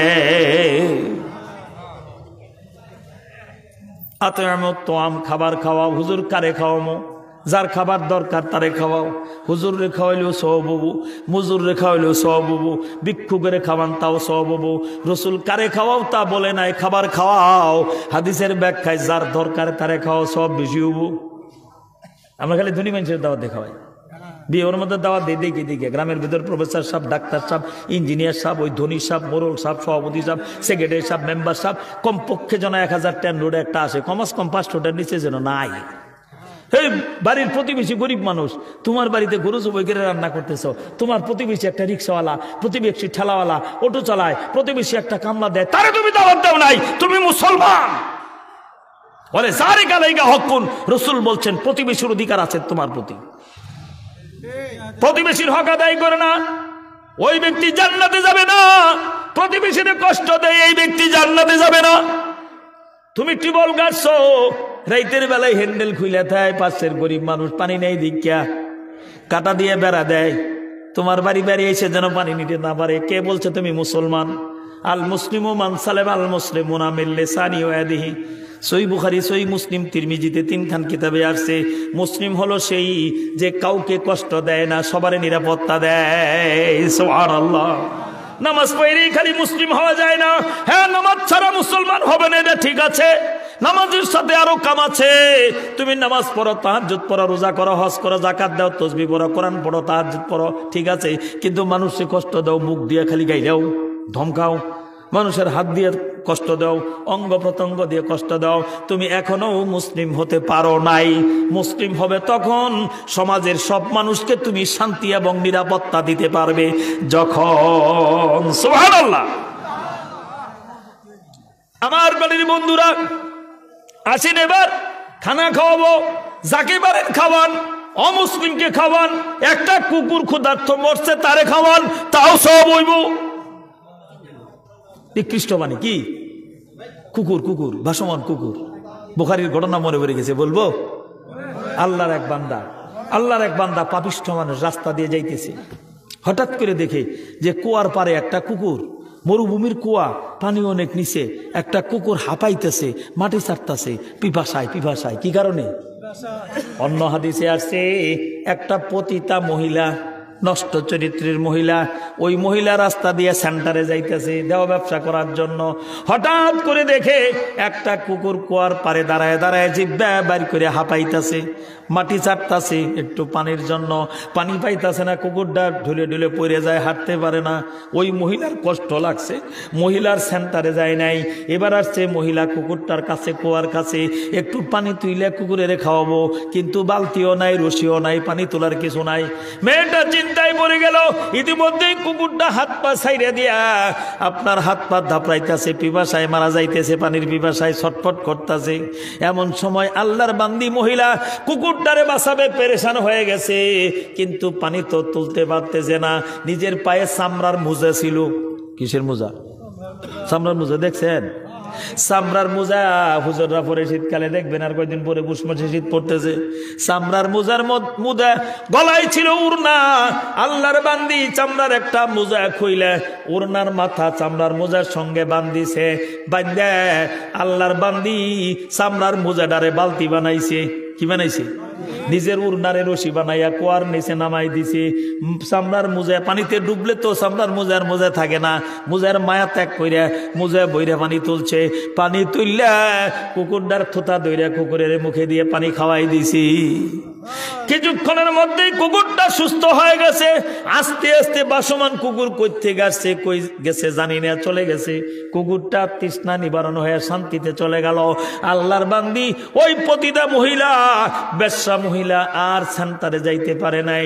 মনের ভিতরে কি দাগ কাটছে, অমনি সেখান থেকে বাড়িতে গেছে। ঘরের দরজা বন্ধ কইরা বিছানায় শুয়ে কান্দে আর বালিশ ভিজায়। আল্লাহ, জীবনভর ব্যভিচার করে কত যুবকের চরিত্র নষ্ট করেছি। আল্লাহ, আমার মতো গুনাহগার তো এই জমিনে আর নাই। আল্লাহ, আমারে মাফ করে দাও, জীবনে কোনোদিন আর ব্যভিচার করব না। সুবহানাল্লাহ। কোনো মৌলবি মুন্সি লাগে নাই, একাই ঘরের মধ্যে তওবা করে বালিশ ভিজাই দেয়। একদিন, 2 দিন, 3 দিন ঘর থেকে বাইর হয় না, সেন্টারে যায় না, কোনো মানুষের সামনে চেহারা দেখায় না। এইভাবে কানতে কানতে আল্লাহর বান্দি চোখের পানি দিয়ে বালিশ ভিজায়। আল্লাহ রব্বুল আলামিন তার তওবা কবুল করে তার জিন্দেগির গুনাহ মাফ করে দিয়েছে। আল্লাহু আকবার। আমার বাড়ির বন্ধুরা, এইবার মহিলা পর্দায় থাকে, 5 ওয়াক্ত নামাজ পড়ে, আল্লাহর হুকুম মানতে মানতে এমন অবস্থা হয়ে গেছে, শেষ জীবনে নিষ্পাপ হইয়া আল্লাহর ওলি হইয়া কবরে গেছে। সুবহানাল্লাহ। এবার বলেন, এত কিছু পরিবর্তনের পিছনে আমলটা কি ছিল? কুকুরের পানি খাওয়ানো। আমার ভাইরা, সহিহ বুখারীতে আসছে একটা পুরুষের ঘটনা দিয়া, অন্য হাদিসে আসছে একটা মেয়ের ঘটনা দিয়া, 2টি হাদিস। আমার ভাইরা, আল্লাহর একটা মাখলুককে একটু পানি খাওয়াইয়া যদি এরকম নেককার হতে পারে, তাহলে সেই খাবার যদি আমরা কোনো মুসলমানরে খাওয়াই, কোনো গরিব দুঃখী আশরাফুল মখলুকাত মানুষকে খাওয়াই, সওয়াব হবে কি হবে না? আমার প্রাণের বন্ধুরা, এই জন্য আমাদের দেশে যখন ভিক্ষুক আছে, আইসে কয়, বাবা গো 2 দিন ধরে কিছু খাই না, পেটটা ছিঁড়ে যায়, ভিতর থেকে কয় মাফ করো। সেদিন এক ভিক্ষুক আমারে কইতেছে, হুজুর কালকে দুপুরে সেট দেখাইছিলাম, একজন একটু খাওয়াইছিল, হুজুর কাল রাইতে খাই নাই, আজকে সারাদিন গেল, বিকেল হয়ে গেল, হুজুর জেনু যাই সবাই খালি মাপ চায়। কল হুজুর আমি কয়জনের মাফ করব? আফসোস করে কয় কি, হুজুর কয়জনের মাপ করো, সবাই খালি মাপ চাই হুজুর। আমি তো বাঁচি না হুজুর, বুড়া মানুষ, অসুস্থ, আমার দুনিয়াত কেউ নাই, আমার কামাই করে খাওয়াবো, এইভাবেই আমি চলি হুজুর। সঙ্গে বাড়ি সঙ্গে ঘর, জেনে পাই খাই, হুজুর খেতে পারলাম না। যাই হোক বেচারার আমি ব্যবস্থা করছি, ওইটা আমি আপনাদের বলবো না, আমার অহংকারের জন্য, নাউজুবিল্লাহ মিন জালিক। কিন্তু দুঃখটা হলো, আমরা মাপ চাবো কে? ভিক্ষুকের কাছে মাপ চাবো কে? আমরা যা আছি তাই দিন। অবা সেটা ঠান্ডা ভাতে একটু আলু ভর্তা আছে, বক দিতেছি, যদি রাজি হয় দেন। আপনি কি জানেন যে ভিক্ষু গাইব বিরিয়ানি ভাগ করে ধরল তার লাগিয়া? যা আছে করে তাই দেন, মাপ চাইেন না, ফেরত দিয়েন না। ও আম্মাসাইলা ফালা তানহার। কখনো ভিক্ষুকের সাথে রূঢ় আচরণ করো না, কখনো ফেরত দিও না। রাসূল বলছেন ঘোড়ার উপর সওয়ার হইয়াও যদি আসে তারপরেও ভিক্ষুককে ফেরত দিও না, খারাপ ব্যবহার করো না। যা পারো দাও, হুজুর কিচ্ছু নাই, এক মুঠ সিরিয়া দেন, একটা গুড় দেন, তাও নাই চারটে মুড়ি দেন, একটা কাঁচামরিচ পেঁয়াজ দেন, বাবা খাবো, ক্ষুধা লাগছে বাবা, যা আছে নাই, তুই আমি জানি না তো বাবা, যা আছে খা, তাও নাই, বিস্কিট আছে তাই দেন, কেক আছে তাই দেন। হুজুর কিচ্ছু নাই, 20টা টাকা দিয়ে কোন বাবা হোটেলে 2টি রুটি খাগা, মাপ চাবেন কেন? আমার আল্লাহ খুশি হয়ে যাবে। মানুষ যখন কোনো ভিক্ষুককে ইখলাসের সাথে দান করে, ভিক্ষুকের পাত্রে আপনি 5 টাকার একটা নোট দিলেন, রাসূল বলেন হাদিসের ব্যাখ্যায় আসছে ওই টাকাটা সর্বপ্রথম আল্লাহর হাতে যায়, আল্লাহর হাত হইয়া ভিক্ষুকের বাটিতে যায়। সুবহানাল্লাহ। আমার ভাইয়েরা, এই জন্য আমরা মানুষকে খানা খাওয়াবো, নিরাপদে জান্নাতে যাব কয় আমল করে? জোরছে বলো, আরো জোরে। 1 নম্বরে বেশি বেশি সালাম দেব, 2 নম্বরে মানুষকে খানা খিলাবো, 3 নম্বর রাসূল বলেন ওয়াসিলুল আরহাম। এইটা একটু কঠিন হইব, রাগ করবেন আপনারা? রাগ করলে আর দাওয়াত দিবেন নাকি? হবো পাহাড়ের মধ্যে আসি না, আসি কি এই জানি আই পড়ছি। চেয়ারম্যান সাহেব আছে না, এটা বাড়ি আছে তো, চেয়ারম্যান সাহেবের সাথে আবার একটু ধরে ফেলাই তো ওই দিয়ে ঠেঙ্গে ধরে কপ ধরে চেয়ারম্যানের দিয়ে সারাবার ভাই না। কালকে মাহফিল করছি হেই নাগরপুর টাঙ্গাইল, অনেক দূরে, বুঝেন না, আসার সময় পাই না, এলাকার ভিতরে আসার দরকার, কিন্তু এই যে দুঃখ লাগে দেখছেন, কালকের মাহফিলে যে মানুষ হয়েছিল তার 20 ভাগের 1 ভাগ মানুষ আপনাদের নয় নাই। কষ্ট লাগে তো এত অল্প মানুষের ভিতরে কথা বলা। এই জন্য আমরা আনবেন, দাওয়াত দিবেন, মানুষ বেশি হয়েছে না, হ্যাঁ এলাকার মানুষ দাওয়াত দিবে কিন্তু তারা আসবেন, এটা কেমন কথা? এটা মেহমানদারি হইল? আসেন আমরা মূল কথায় যাই। বেহেশতে যাব কয় আমল করে? আগের 3টা মনে আছে তো? আল্লাহ আল্লাহ। বেহেশতে যাবার 4 আমল। 1 নম্বর বেশি বেশি সালাম দিব, 2 নম্বর সুযোগ পাইলে খানা খাওয়াবো, 3 নম্বরে আত্মীয়তা বন্ধন ঠিক রাখবো। সুবহানাল্লাহ কয় না রে? আত্মীয় বন্ধন ঠিক রাখা নফল না সুন্নত? ফরজ। আমার আল্লাহ কোরআন শরীফে অনেক আয়াত আনছেন, তাসাআলুনা বিহি ওয়াল আরহাম, সূরা নিসার সরাসরি আমার আল্লাহ বুখারীর রাসূল হাদিসে বলছেন, বুখারী মুসলিম সমস্ত হাদিসের কিতাব আসছে, আত্মীয়তা বন্ধন ছিন্নকারী বেহেশতে যাবে না।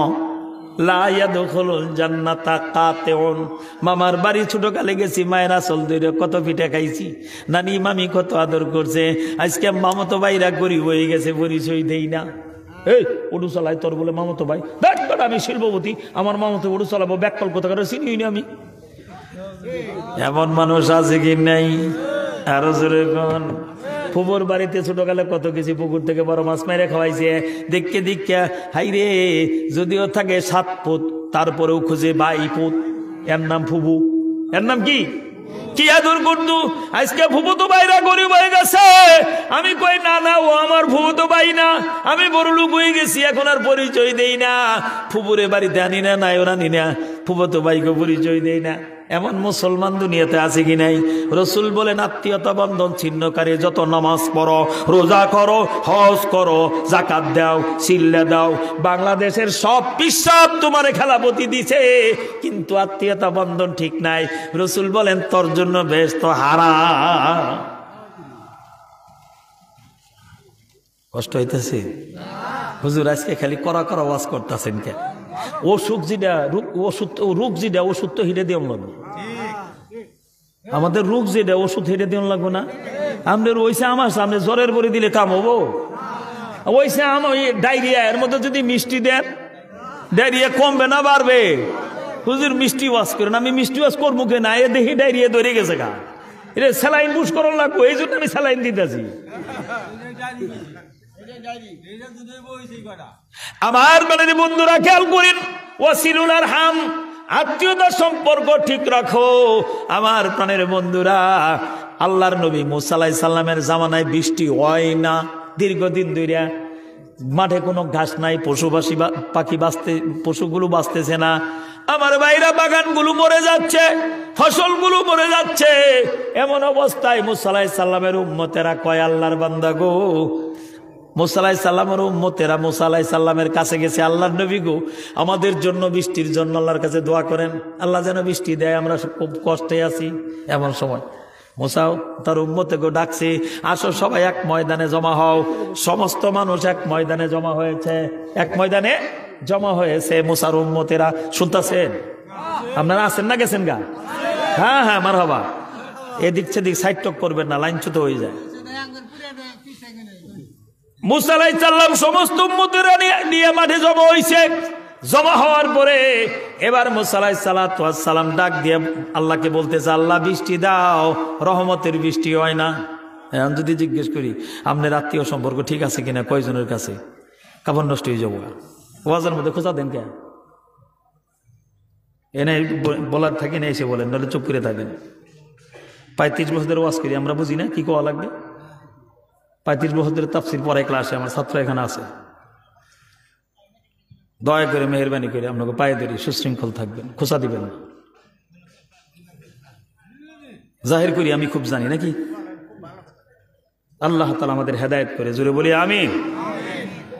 আল্লাহর নবী মুসা আলাইহিস সালাম দোয়া করতেছেন, আল্লাহ দোয়া কবুল করছে না। মুসা, এই মজলিসে একটা লোক আছে, যেই লোকটা আত্মীয়তা বন্ধন ছিন্নকারী, তার জন্য বৃষ্টি বন্ধ হয়েছে। তোমার গোটা মহল্লায় অন্যায় করছে কয়জন? বৃষ্টি বন্ধ হয়েছে খালি ওর খেতে না, সবার খেতে। আহা কি গুনাহ, খেয়াল করেন। একজনের গুনার কারণে পুরো মহল্লা আল্লাহর আযাব আসতেছে, আল্লাহর রহমত বন্ধ হয়ে গেছে। গুনাহ করছে কয়জন? আমার প্রাণের বন্ধুরা, আল্লাহ বললেন মুসা লোকটাকে মজলিস থেকে বাইর করে দাও, বৃষ্টি দিমু। মুসা তো লোকটারে চিনে না। মুসা ঘোষণা দিল, এ কে আছো পাপী অপরাধী আত্মীয়তা বন্ধন ছিন্নকারী, বেরিয়ে যাও, তোমার জন্য বৃষ্টি বন্ধ হয়েছে, তুমি গেলে বৃষ্টি হবো। আল্লাহর বান্দা চিন্তা করে সুরের মনে পুলিশ পুলিশ, ও জানে কি জানে না অপরাধী কি? ও তো মনে মনে চিন্তা করতেছে, হাই রে কি অবস্থা, আল্লাহর নবী মুসা চিন্না ফালবো, এই গ্রামের ভিতরে এলাকার ভিতরে আমি গুনাহগার অপরাধী আত্মীয়তা বন্ধন ছিন্নকারী। আল্লাহর নবী চিনবে, এলাকার দেশের সব মানুষ চিনবে। আল্লাহ গো তুমি আমার লজ্জা দিও না, বেয়াজ্জতি করো না। আল্লাহ আমি তওবা করলাম, এখন আত্মীয়তা বন্ধন ঠিক করব, এই মজলিস থেকে যায় সম্পর্ক জোড়া লাগাবো। আল্লাহ তুমি আমারে বেয়াজ্জতি করো না, আল্লাহ মাফ করে দাও, আল্লাহ আমারে মাফ করে দাও। মজলিসে সবার পিছে মাথা নিচু করে চোখের পানি দিয়ে বুক বাসাইতেছে, দাড়ি ভিজাইতেছে। এইভাবে তওবা করতে করতে আল্লাহ রব্বুল আলামিন ওর তওবা কবুল করে ওর গুনাহ মাফ করে দিয়েছে। হঠাৎ করে মুষলধারে বৃষ্টি শুরু হয়ে গেছে।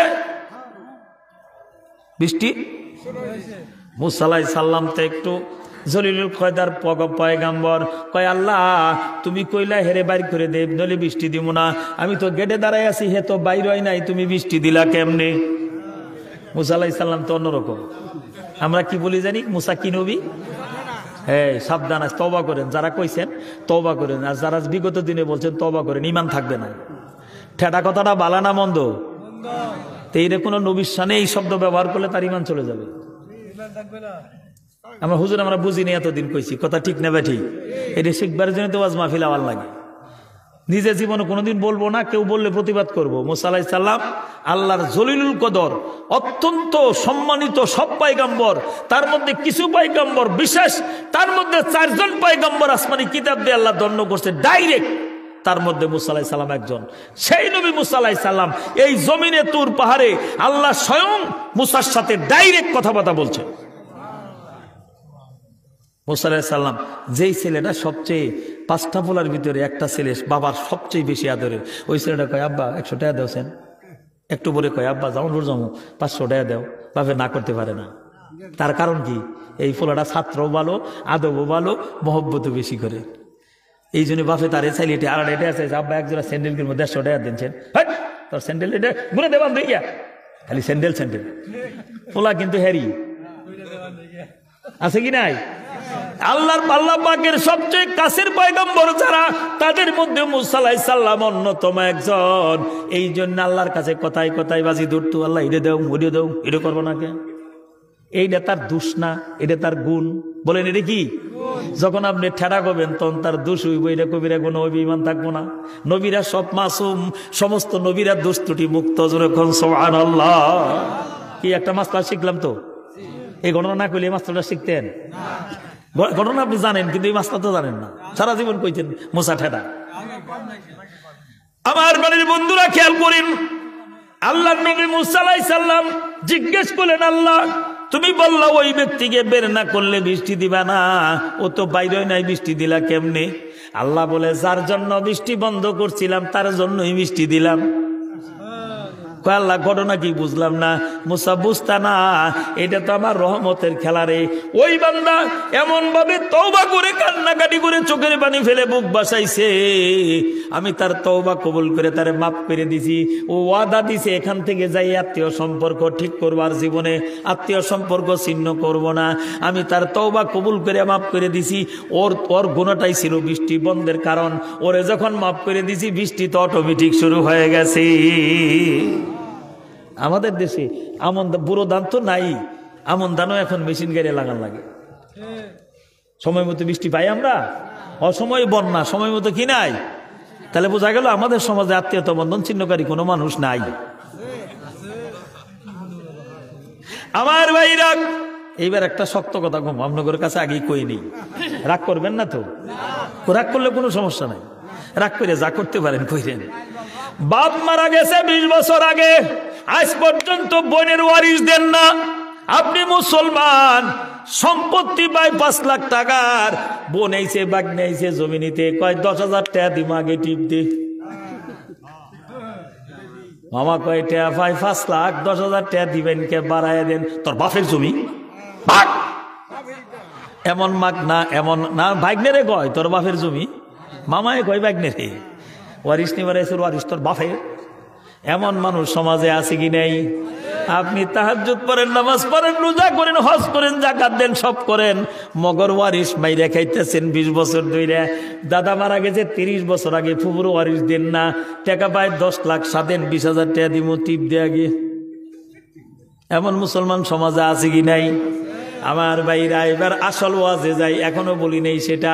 রসুল বলেন, আল্লাহ বলছেন কোরআনে, কুলু মিনাত তাইয়্যিবাতি ওয়া আমালু সালিহা, আগে হালাল খাও তারপরে নেক আমল করো। হালাল না খায়া নেক আমল করলে কোন আমল আল্লাহর দরবারে কবুল হবে না, হবে না, হবে না। তুমি 30 বছর ধরে ফুপুর ওয়ারিশ আটকায় রেখে ওই জমির দান খায়া তাহাজ্জুদ পড়তাছো। 20 বছর ধরে বোনের ওয়ারিশ মাইরে খাইয়া ওই ক্ষেতের দান খাইয়া তুমি তাহাজ্জুদ পড়তাছো। ওই ক্ষেতের দান বেচা জুব্বা কিনছো, ওই ক্ষেতের দান বিক্রি করে টুপি কিনছো, ওই ক্ষেতের দান বিক্রি করে গোশত কিনে খাইছো, ওই ক্ষেতের দান বিক্রি করে তুমি মিষ্টি কিনে, কলা কিনে, দুধ দিয়ে খাইতেছো। তোমার কোনো ইবাদত আল্লাহর দরবারে কবুল হবে না, হবে না, হবে না। হুজুর আগেই তো ভালো ছিলেন, এইটা কি কইলেন? আখতার হুজুরে কি লেগে দাওয়াত দিলেন এই গাইলটা শোনাবার লাগে? আমার বাড়ির বন্ধুরা, সুন্নত নিয়মটা কি শুনেন, শিখাইছে বলে যাই। আর আসি আর না আসি, যেদিন বাবা মারা গেল ওই দিন ভাই বোন সবাই আসছে। ভাইরা যারা সবাই মিলে বাবারে তাড়াতাড়ি দাফন করো, গোসল করাও, কাফন পরাও, দাফন করো। কত তো আইয়ে পড়লো, থুয়ে যাই কেমনি। আহারে আমাদের সমাজে, আহারে মানুষ মারা গেলে 2 ঘন্টা আগে থেকে লম্বা বক্তৃতা লাশ সামনে নিয়ে, এইটা সম্পূর্ণ বেদাত। লাশ সামনে নিয়ে কোনো বক্তৃতা নাই। বক্তৃতা শুধু তার পরিবারের একজন ওয়ারিশ, মাইয়েতের ওয়ারিশ যে সে দিবে। আমার আব্বা কোনো ঋণ রেখে থাকলে কোন আমি এখন দিয়ে দিব, আমার আব্বারে মাফ করে দিন, 2 কথার বাইরে আর কোনো কথা দরকার নাই। গোষ্ঠী হুদ্দা অমুক নেতা, চেয়ারম্যান সাহেব, মেম্বার সাহেব, প্রফেসর সাহেব, ডাক্তার সাহেব, সভাপতি সাহেব, সেক্রেটারি সাহেব, সবাই বক্তব্য শুরু করছে বিদআত। মাইয়াতকে তাড়াতাড়ি দাফন করা, এটাই হলো শরীয়তের বিধান। আমার ভাইরা, আরেকটা মাসলা আইসা পড়ছে, ঠেলিয়া এত ওয়াজ না কই তো ভাবতেছি না, খবর চাই একটা সঙ্গে আই পড়ে আরো 10টা করতাম কি আমি কোন? আল্লাহ রসুল সাহাবীর জানাজা, রসুলের সাহাবী মারা গেছে, রসুল জানাজা পড়তে আসছে। আমরা কি করি, রসুল কি করছে বিষয়টা শোনেন। রসুল জিজ্ঞেস করলেন ওর ঋণ আছে কিনা? হুজুর ঋণ আছে। ঋণ কি পরিশোধ করা হয়েছে? না হুজুর। রসুল বললেন তোমরা জানাজা পড়ো, আমি না। আজ পর্যন্ত চিন্তা করছেন কেউ? লম্বা লম্বা বক্তৃতা দেন, আল্লাহর বান্দা জানাজা বললেন না, রসুল চলে যাচ্ছেন। ওই সাহাবীর ওয়ারিস যারা কাঁদতেছে, হারে রসুল জানাজা বললো না। আবু বকর সিদ্দিকও কাঁদতেছে। আবু বকর সিদ্দিক কয়, ওর কি ঋণ পরিশোধের শক্তি তোমাদের নাই? সন্তানাদি যারা, ওয়ারিস যারা, ছোট ভাই জিজ্ঞেস করি, কয় না হুজুর, আমরা গরিব মানুষ, আমাদের শক্তি নাই। আবু বকর সিদ্দিক বলেন, আমি নিজে এবার ঋণের বোঝা নিলাম, আমি দায়িত্ব নিলাম। হুজুর গো, আপনি আসেন, জানাজা পড়েন, যায়েন না, ওরা খুব কষ্ট পাইতেছে পরিবারের লোকজন। হুজুর, আমি সিদ্দিকে একবার ওয়াদা করলাম, আমি ঋণ দিব, হুজুর জানাজা পড়েন। আল্লাহ রসুল আইসে জানাজা পড়লেন। রসুল বললেন, শুনো, হকুল আবাদ মাইরে খাইয়া, বান্দার হক মাইরে খাইয়া কবরে গেলে আল্লাহ ছাড়বে না, কবরে গেলে আল্লাহ ছাড়বে না। এই জন্য আমার প্রাণের বন্ধুরা, আল্লাহর ভাই কি কইতেছেন? আমারে কোন, আমারে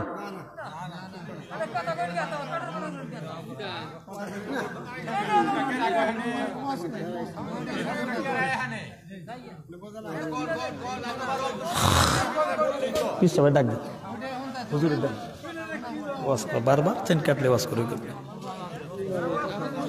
ভাই ভাই একটু ধৈর্য ধরেন, এই তো সময় পিসাব এসে যাবে, আমি ওয়াজ ছেড়ে দেবো ইনশাল্লাহ। মাশাল্লাহ মাশাল্লাহ, ভালো ভালো ভাই, কথা শেষ করে দেন, সময় নষ্ট হচ্ছে। সময় বহুত দামি, সময় বহুত দামি, একটু খেয়াল করেন। এই যে চেন কেটে গেছে, দেখছেন সময় কতটুকু চলে গেল, এর ভিতরে কতটুকু কথা বলতাম। আল্লাহর হক, আপনি নামাজ পড়েন নাই 10 বছর, আল্লাহর কাছে ক্ষমা চান, সেজদায় পড়ে কান্দেন, এখন থেকে নামাজ পড়েন, কোন আল্লাহ এতদিন নামাজ পড়েনি, আল্লাহ অনেক রোজা জীবনে তরক করছি, যতটুকু পারেন কাজা আদায় করে, না পারলে আল্লাহর কাছে চোখের পানি ফেলায় কান্দেন, আল্লাহ মাফ করতে পারে। কিন্তু সলিমুদ্দিন 5টা ডে মাইরে খেয়ে আপনি 70 বার হজ করছেন, মাফ হইতো না। এই জন্য রসুল বলেন, ঋণ রাইখে কবরে গেল, বান্দার হক মারছে, এক্ষুনি কবরে লাহার সঙ্গে সঙ্গে তার কবর আযাব শুরু হয়ে যাবে। আমি জানাজা বললে লাভ কি? আমার ভাইরা, এই জন্য আমি গত জুমার আগের জুমাও বলছিলাম, তুমি নিজের আমল নিজে তৈরি করিয়া তুমি কবরে যাও, তুমি নিজে আমল করো নাই। কাবা ঘরের ইমাম সাহেবরে আইনা যদি জানাজা করাও, পৃথিবীর সব মুসলমান 200 কোটি মুসলমান তোমার জানাজা পড়লে তোমার কবরের একটা গোতাও মাফ হইব না। আমার বাড়ির বন্ধুরা বলতেছিলাম কোন কথাটি, এই জন্য আমাদের সমাজে আজকে নিয়ম করি, ঋণ রেখে মারা গেলে আগে ঋণ পরিশোধ করি, তারপরে দাফন করব। জোরে কোন আমিন। যেই লোকটার ঋণ পরিশোধের ক্ষমতা নাই, তারে যার কাছে ঋণ পায় তারে বোঝান, এলাকার লোকজন মিলে যদি একেবারে মাপ না করে, তারে দাফন করার আগে চান্দা উঠান, যা পারেন চান্দা দিয়ে ওইটা পরিশোধ করেন, কিছু মাপ নেন, কিছু তারে দেন, যে কোনোভাবে ঋণ শোধ করাইয়া তারপরে তাকে দাফন করেন, এটাই সুন্নত। জোরে কোন সুবহানাল্লাহ। আমার ভাইরা বলতেছিলাম, বাবা মারা গেছে, ভাই বোন সব একত্র হইছে, তাড়াতাড়ি গোসল করাইয়া কাফন পরাইয়া দাফন করেন। ভাইদের দায়িত্ব হইল, ভাই বোন সব একত্র হইয়া বসেন, মিটিং করেন। দেখো ভাই বোনেরা, আব্বা মারা যাওয়ার কারণে আজকে বাবার সম্পত্তিতে আমরা মালিক হইলাম, এতদিন কিন্তু আমরা ওয়ারিস ছিলাম না, মালিক ছিলাম না। জোরে কোন ঠিক কিনা? বাবার মৃত্যুর সঙ্গে সঙ্গে বাবা এখন মালিকানা ক্যান্সেল হয়ে গেছে, বাবার কিনে জমি বাবার টিফে, মরা টিফে আর বিক্রি হবে না। সুতরাং বাবার মালিকানা নাই, মালিকানা আমাদের, বাবার সন্তান আমরা মালিক হইছি। ভাইরা বোনেরা, তোমরা কেউ যাবা না, চলো আজকে বাবার যত সম্পদ আছে সব ভাগ বন্ট কইরা আমরা শরীয়ত মোতাবেক বুঝে নিব। এটা হইল সুন্নত। এক বইটা যদি বলে, ভাই গো আমি বাবারে দাফন করবার আইছি, জমি নিবার আই নাই, আমার জমি তুমি খাওগা, আমার যেদিন প্রয়োজন সেদিন চাবো তুমি দিও, এতদিন তুমি খাওগা, আমার দাবি নাই, তাইলে আপনারা বাদ করে খাওয়া জায়েজ। অন্যথায় বোন যদি ওয়ারিস চাইলো না, ওয়ারিস চাইলো আপনি দিলেন না, তাইলে আপনার এটা খাওয়া মানে অন্যের জমি জবরদখল কইরা খাইলে যেই গুনাহ যেরকম হারাম হবে, প্রবুড্ডা বইনের ডা ওয়ারিস চাই দেন না, আপনি আবাদ করে খাইতেছেন, একই গুনাহ হবে। এটাও খাওয়া হারাম, অন্যের জমি জবরদখল করে খাওয়া যেমন হারাম। এই সুন্নতরা মরে গেছে, আমাদের দেশে জিন্দা করতে হবে। জোরে কোন আমিন। আমার প্রাণের বন্ধুরা চলেন 3 নম্বরে আত্মীয়তা বন্ধন ঠিক করো, 4 নম্বরে নিরাপদে জান্নাতে যাবে। ওয়াসাল্লু বিল-লাইলি ওয়ান-নাসু নিয়াম, মানুষ যখন ঘুমিয়ে থাকে তখন তোমরা নামাজ পড়ো।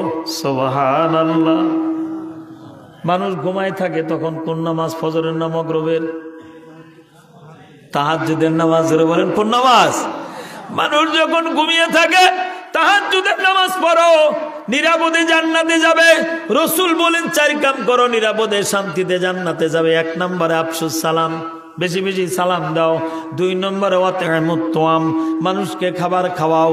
3 নম্বরে ওয়াসিলুল আরহাম, আত্মীয়তা সম্পর্ক ঠিক রাখো। 4 নম্বরে মানুষ যখন ঘুমায় থাকে তখন নামাজ পড়ো। তাদখুলুল জান্নাতা বিসালাম, তোমরা আরামে শান্তিতে নির্ভেজালে নির্ঝঞ্ঝাটে আল্লাহর জান্নাতে চলে যাবে। তাহলে প্রথম হাদিসে 3টা দোষ আমাদের থেকে দূর করতে হবে, আর এই 4টা গুণ অর্জন করা লাগবে। আল্লাহ আমাদের সবাইকে তৌফিক দেয়, জোরে কর না আমিন। আমার প্রাণের বন্ধুরা, 5 ওয়াক্ত নামাজ মসজিদে আইসা জামাতের সাথে পড়ব, রাজি আছি তো? আমার প্রাণের বন্ধুরা, আমাদের দেশে একদল মুসলমান নাম আছে কিন্তু নামাজ পড়ে না, আছে কি নাই? হ্যাঁ, আবার কয় নামাজ না পড়লে কেউ ইমান ঠিক আছে, কলার ধরে কয়, আছে কি নাই? না ভাই, হাদিসে আসছে, বুখারীতে ইমাম বুখারী বাব বানছেন লা ঈমান আলাহু লিমান লা সালাত আলাহু দালা দীন আলাহু লিমান লা সালাত আলাহু। ইমাম বুখারী কয় যার নামাজ নাই তার ধর্মই নাই। যার নামাজ নাই তার কি নাই? আরো জোরে কর। তাহলে তুমি যে কইলে ইমান ঠিক আছে, ধর্মই নাই তার, ইমান বলে ঠিক আছে।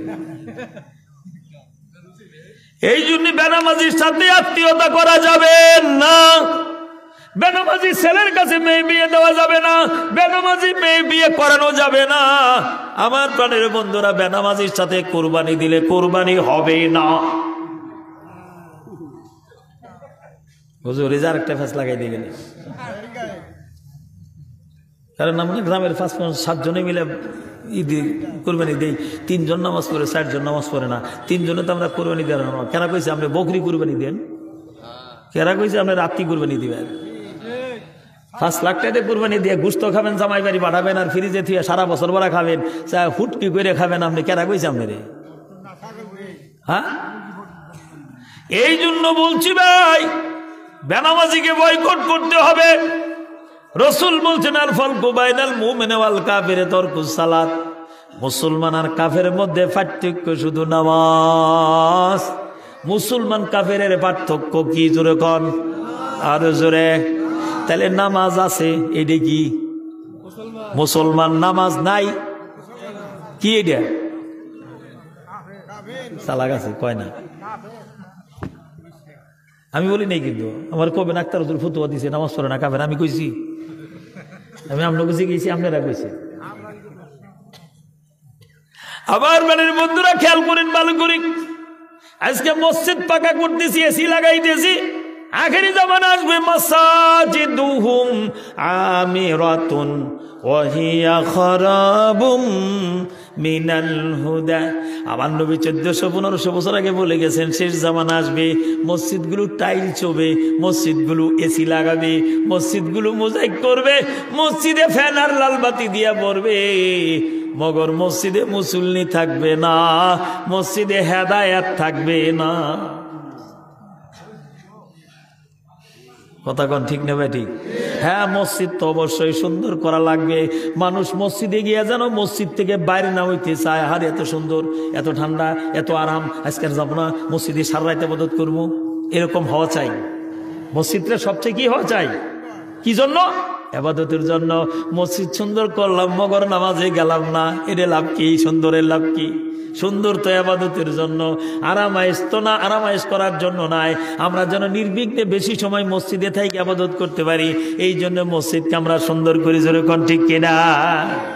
আমার প্রাণের বন্ধুরা, একজন মুসলমান ওযু করে যখন মসজিদের দিকে আসে, আল্লাহ রাসূল বলেন বাড়িতে ওযু করে, মসজিদে ওযুখানা আছে, কিন্তু বাড়িতে ইস্তেঞ্জা করে ওযু করে আপনি মসজিদের দিকে রওনা হয়েছেন।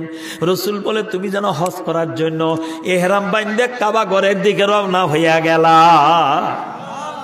কোন ব্যক্তি ওযু করে ঘর থেকে যখন বের হয় মসজিদে জামাত ধরার জন্য, তার প্রত্যেকটা কদমের বিনিময়ে আল্লাহ 500 রাকাত নফল নামাজের সওয়াব দেয়। হুজুর বাড়িতে নামাজ পড়েন, মসজিদে যান না কেন গো? মসজিদে যান না, এটা মুনাফিকের চিহ্ন। জামাত তরক করে ইচ্ছা করে, এটা মুনাফিকি আলামত। নামাজ পড়ে আবার যারা খুব তাড়াহুড়ো করে পড়ে, এটাও মুনাফিকি নামাজ। রুকুর থেকে সোজা নেওয়া অমনি আরেক ঠেলা দিয়ে সিজদায় যায়, এক সিজদা দিয়ে সোজা নেওয়া আরেক সিজদায় যায়, এটা মুনাফিকির নামাজ, নামাজ চোর।